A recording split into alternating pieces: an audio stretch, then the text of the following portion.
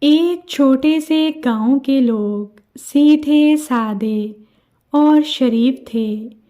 ان کی نیکی اور مہمان نوازی دور دور تک مشہور تھی۔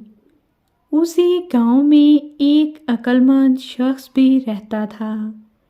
لوگ اس کی نصیحتیں سن تو لیتے تھے لیکن ان پر عمل نہیں کرتے تھے۔ ایک ٹھگ نے اس گاؤں کے متعلق سنا تو وہ اس گاؤں میں بڑی بری حالت میں پہنچا اور لوگوں کو اپنے لٹ جانے کی جھوٹی داستان سنائی۔ ان لوگوں نے ہمدردی کرتے ہوئے اس کی خوب آؤ بھگت کی اور رہنے کو ایک مکان میں انتظام کر دیا۔ کچھ دن گزر گئے تو ٹھگ نے گاؤں والوں سے کہا، مجھے ایک کلہاڑا دے دیجیے، میں لکڑیاں کاٹ کر اپنا گزارا کروں گا۔ مجھے یہ اچھا نہیں لگتا کہ آپ لوگوں پر بوجھ بنا رہوں۔ لوگ خوشی سے راضی ہو گئے۔ وہ کلہاڑا لے کر جنگل کی طرف چل دیا۔ سارا دن وہاں ایک درخت کے نیچے بیٹھا رہا اور شام کو کلہاڑا لے کر خالی ہاتھ واپس آ گیا۔ لوگ اس کو خالی ہاتھ دیکھ کر بڑے حیران ہوئے اور اس سے پوچھنے لگے کہ خالی ہاتھ کیوں لوٹ آئے ہو؟ کیا کوئی خشک درخت نہیں ملا؟ ٹھگ کہنے لگا کہ درخت تو کئی تھے لیکن جب میں ایک درخت کاٹنے لگا تو اس درخت نے مجھ سے کہا، مجھے نہ کاٹو، میں تمہیں بہت مال دوں گا۔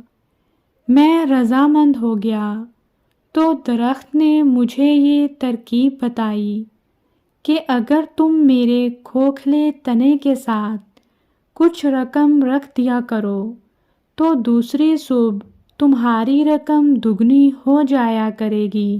میں سارا دن وہاں بیٹھا اس پر غور کرتا رہا کہ جب تک اسے آزما نہ لیا جائے درخت کے سچ یا جھوٹ کے متعلق کچھ کہا نہیں جا سکتا۔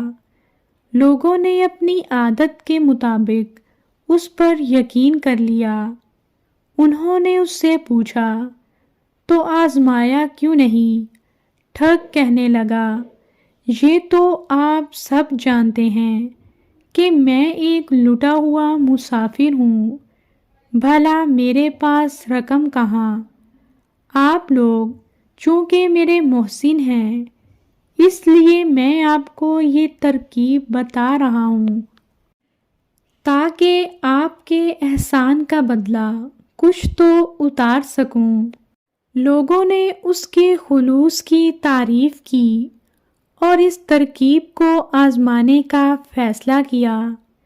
گاؤں کے عقل مند آدمی نے گاؤں والوں کو سمجھایا لیکن وہ نہ مانے تو لوگوں کو ان کے حال پر چھوڑ دیا۔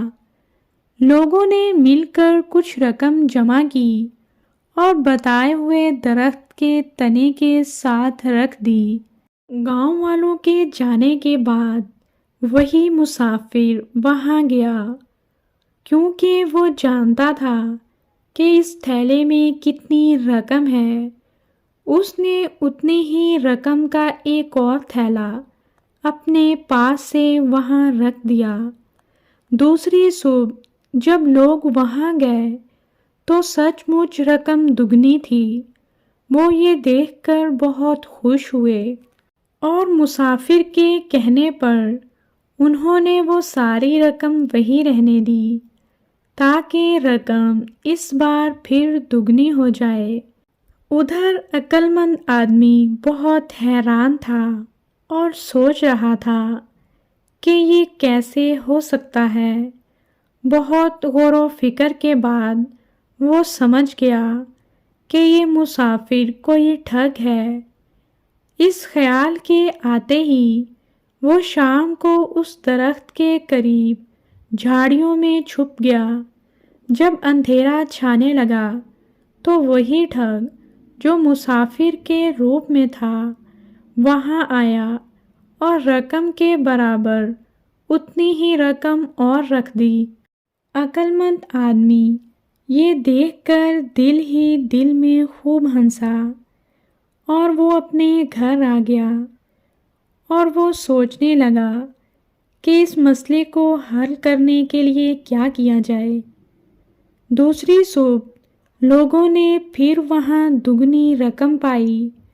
اب تو انہیں یقین ہو گیا کہ یہ آدمی سچ کہہ رہا ہے اور یہ درخت ایک کرامتی درخت ہے۔ ٹھگ نے ان سے کہا، آپ لوگوں کے پاس جتنی بھی رقم ہے اگر آپ لوگ وہاں رکھ دیں تو دنیا کے بہت امیر انسان بن جائیں گے۔ لوگ لالچ میں آ گئے اور سب کے پاس جو رقم تھی انہوں نے وہ جمع کی اور اس درخت کے پاس رکھ دی۔ عقل مند آدمی نے شام ہونے سے پہلے ہی رقم کے سارے تھیلے کہیں چھپا دیے اور ایک بڑے سے تھیلے میں کچرا بھر کر وہاں رکھ دیا اور خود وہاں سے چلا گیا۔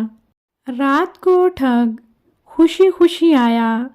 وہ سمجھ گیا کہ آج لوگوں نے اپنی ساری رقم اس بڑی سی بوری میں باندھ دی ہے۔ وہ بوری کو لے کر وہاں سے بہت دور آ گیا۔ اس نے جب خوشی خوشی بوری کو ڈھیر کیا تو اس میں سے بہت سا کچرا نکلا۔ وہ یہ دیکھ کر بہت پریشان ہوا۔ اسے اندازہ ہو گیا کہ عقل مند شخص کو کسی نہ کسی طرح اس کی ٹھگی کا اندازہ ہو گیا اور اس نے موقع سے فائدہ اٹھا لیا۔